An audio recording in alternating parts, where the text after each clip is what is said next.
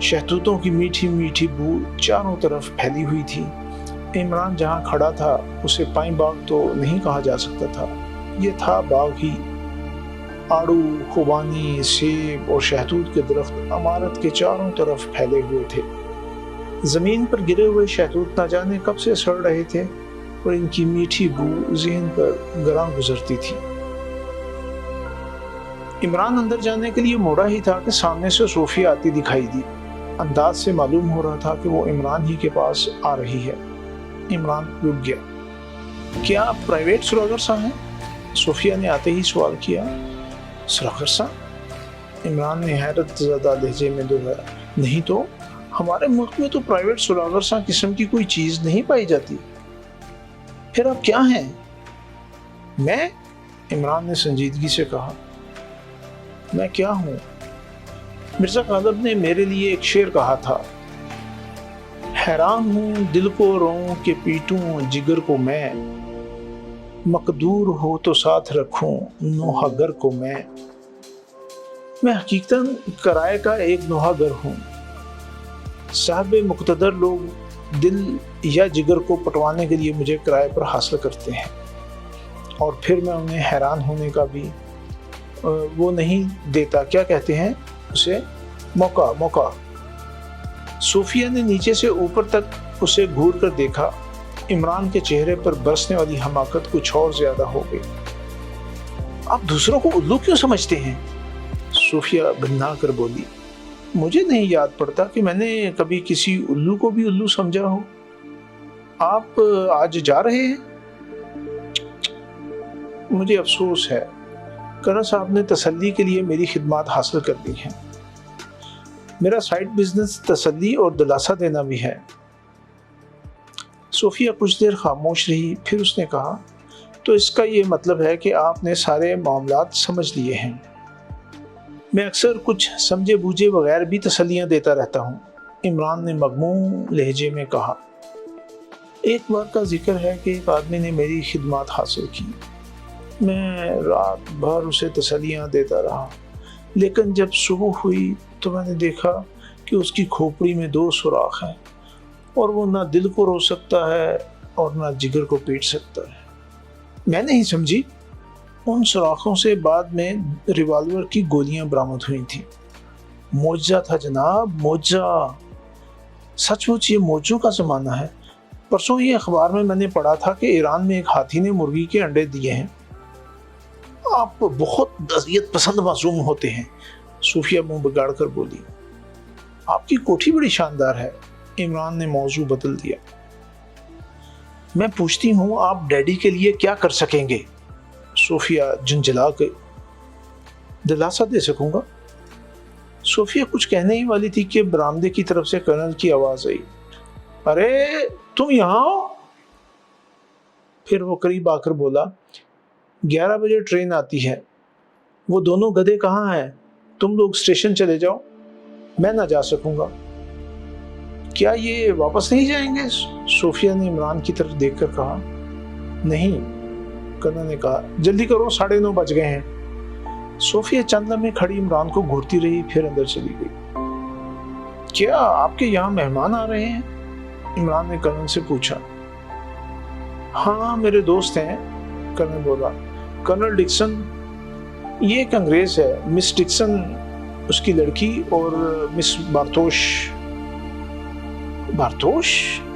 عمران بولا، کیا چیکوسلواکیہ کا باشندہ ہے؟ ہاں، کیوں؟ تم کیسے جانتے ہو؟ اس قسم کے نام صرف ادھر ہی پائے جاتے ہیں۔ بارتوش ڈکسن کا دوست ہے، میں نے اسے پہلے کبھی نہیں دیکھا، وہ مصور بھی ہے۔ کیا وہ کچھ دن ٹھہریں گے؟ ہاں، شاید گرمیاں یہیں گزاریں۔ کیا آپ ان لوگوں سے لیوکا والے معاملے کا تذکرہ کریں گے؟ ہرگز نہیں، کرنل نے کہا۔ لیکن تمہیں اس کا خیال کیسے پیدا ہوا؟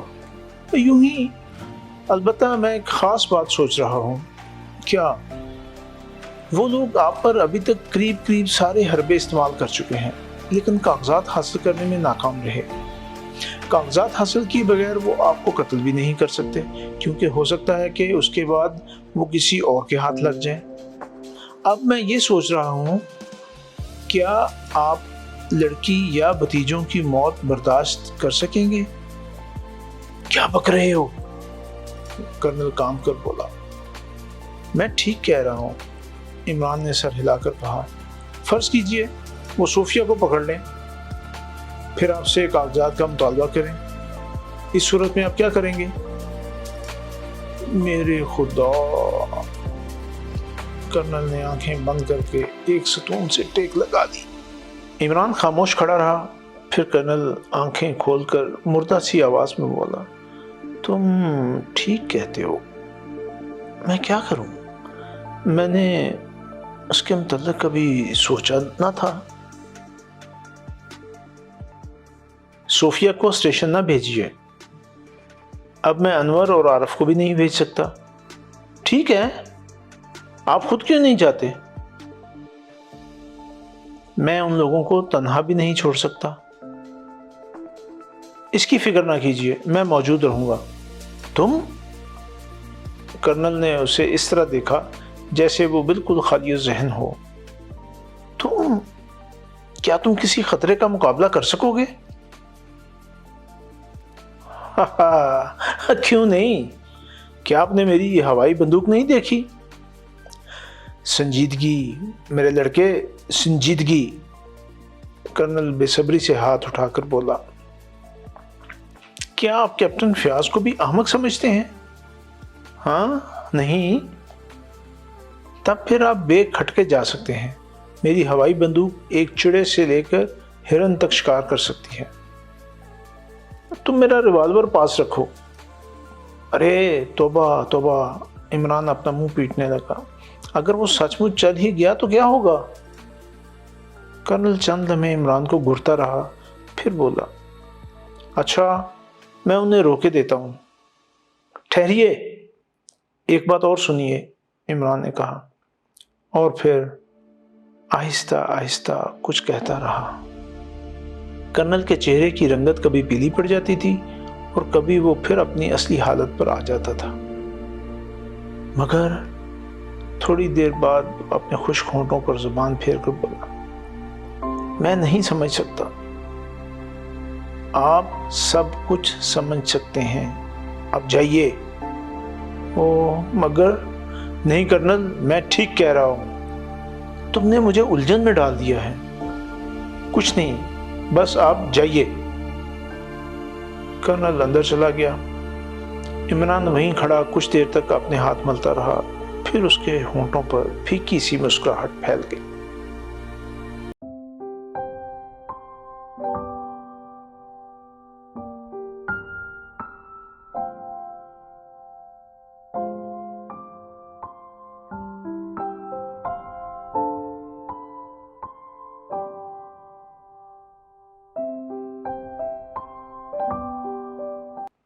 انور اور عارف دونوں کو اس کا بڑا افسوس تھا کہ کرنل نے انہیں اسٹیشن جانے سے روک دیا۔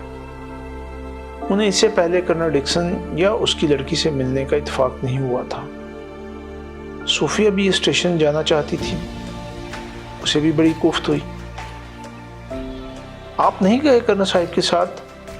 عارف نے عمران سے پوچھا۔ نہیں، عمران نے لاپرواہی سے کہا اور چوئنگ گم چوسنے لگا۔ میں نے سنا ہے کہ کرنل صاحب آپ سے بہت خوش ہیں۔ ہاں، میں انہیں رات بھر لطیفے سناتا رہا۔ لیکن ہم لوگ کیوں ہٹا دیے گئے تھے؟ لطیفے بچوں کے سننے کے لائق نہیں تھے۔ کیا کہا، بچے؟ عارف جھلا گیا۔ ہاں بچے، عمران مسکرا کر بولا۔ کرنل صاحب مجھے جوانی کے معاشقوں کا حال بتا رہے تھے۔ کیا بکواس ہے؟ ہاں بکواس تو تھی ہی، عمران نے سنجیدگی سے کہا۔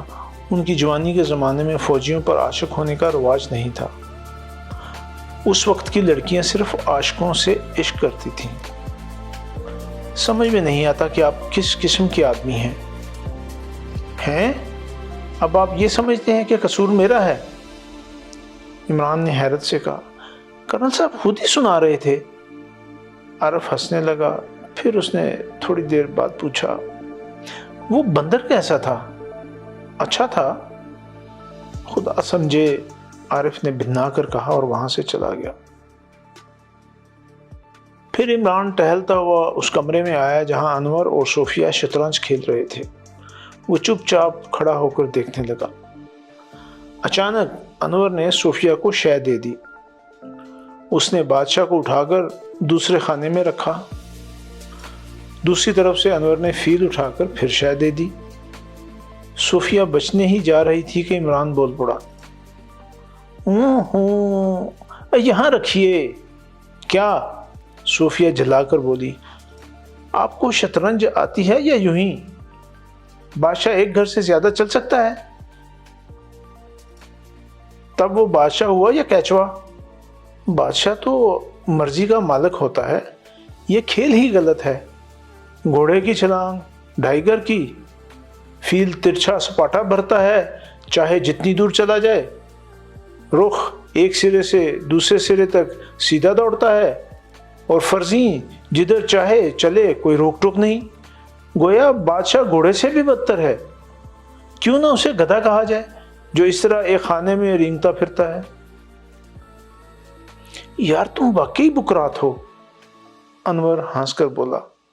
چلو چال چلو، صوفیہ نے جھلا کر انور سے کہا۔ صوفیہ سوچ سمجھ کر نہیں کھیلتی تھی، اس لیے اسے جلدی ہی مات ہو گئی۔ انور اسے چڑھانے کے لیے ہنسنے لگا۔ صوفیہ اس کی اس حرکت کی طرف دھیان دیے بغیر عمران سے مخاطب ہوئی۔ آپ نے ڈیڈی کو تنہا کیوں جانے دیا؟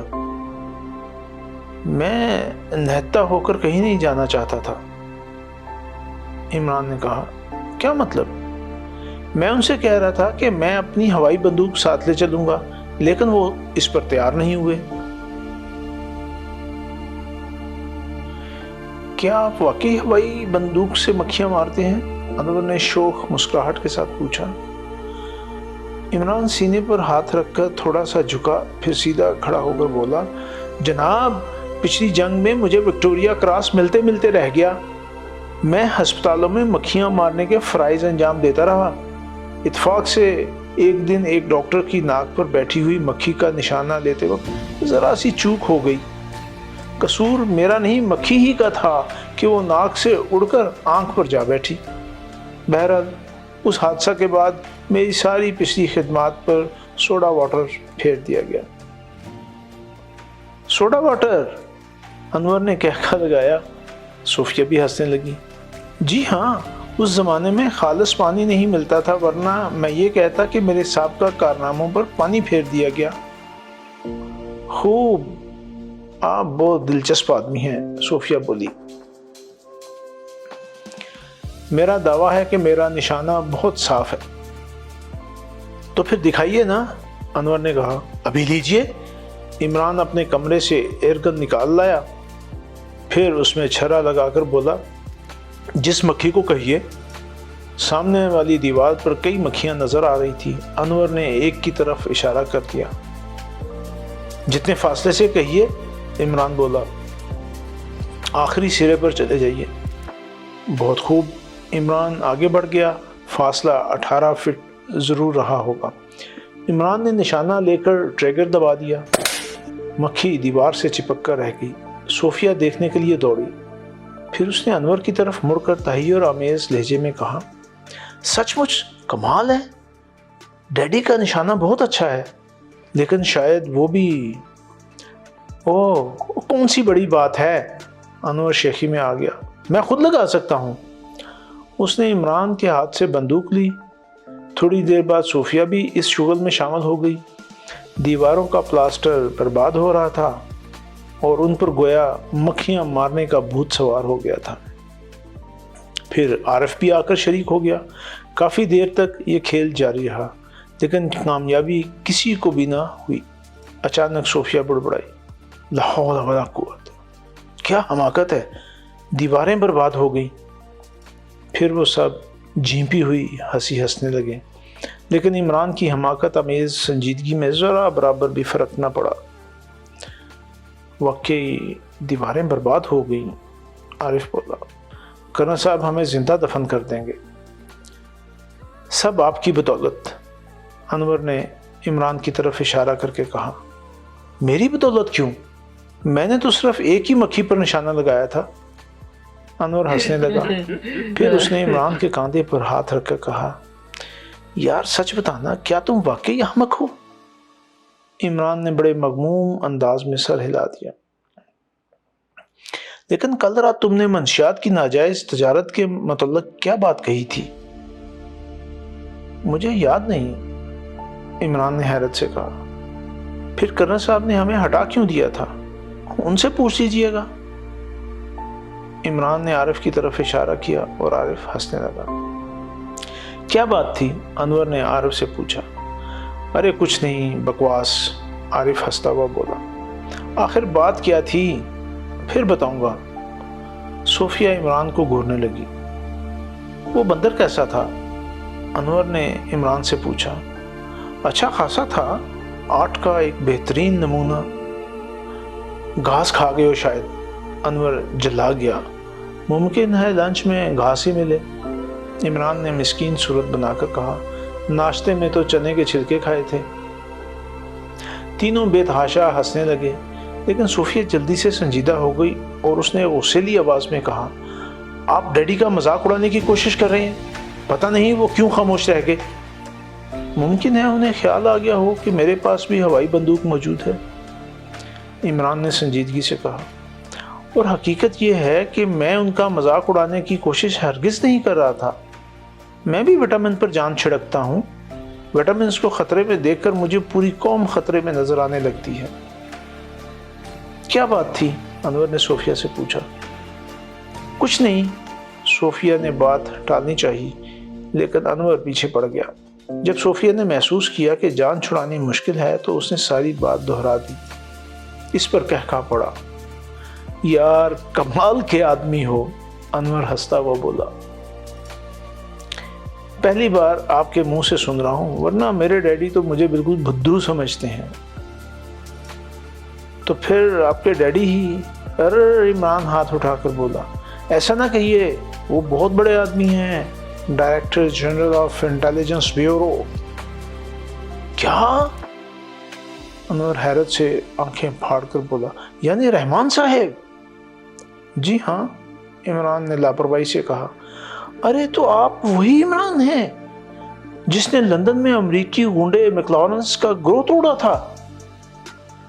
پتہ نہیں آپ کیا کہہ رہے ہیں، عمران نے حیرت کا اظہار کیا۔ نہیں، آپ وہی ہیں۔ انور کے چہرے پر ہوائیاں اڑنے لگی تھیں۔ وہ صوفیہ کی طرف مڑ کر ندامت آمیز لہجے میں بولا، ہم ابھی تک ایک بڑے خطرناک آدمی کا مذاق اڑا رہے ہیں۔ صوفیہ پھٹی پھٹی آنکھوں سے عمران کی طرف دیکھنے لگی اور عمران نے ایک حماقت آمیز کہکا لگا کر کہا، آپ لوگ نہ جانے کیا ہانک رہے ہیں۔ نہیں صوفی، انور بولا، میں ٹھیک کہہ رہا ہوں۔ میرا ایک دوست راشد آکسفورڈ میں ان کے ساتھ تھا، اس نے مجھے میکلارنس کا واقعہ سنایا تھا، وہ میکلارنس جس کا وہاں کی پولیس کچھ نہیں بگاڑ سکتی تھی۔ عمران صاحب سے ٹکرانے کے بعد اپنے گروہ سمیت فنا ہو گیا تھا۔ خوب ہوائی چھوڑی ہے کسی نے، عمران نے مسکرا کر کہا۔ میکلارنس کے سر کے 2 ٹکڑے ہو گئے تھے، انور بولا۔ ارے توبہ توبہ، عمران اپنا منہ پیٹنے لگا۔ اگر میں نے اسے مارا ہو تو میری قبر میں کٹر گھسے۔ نہیں بگو، ہائے نہیں، غلط، کیا کہتے ہیں اس چھوٹے سے جانور کو جو قبروں میں گھستا ہے؟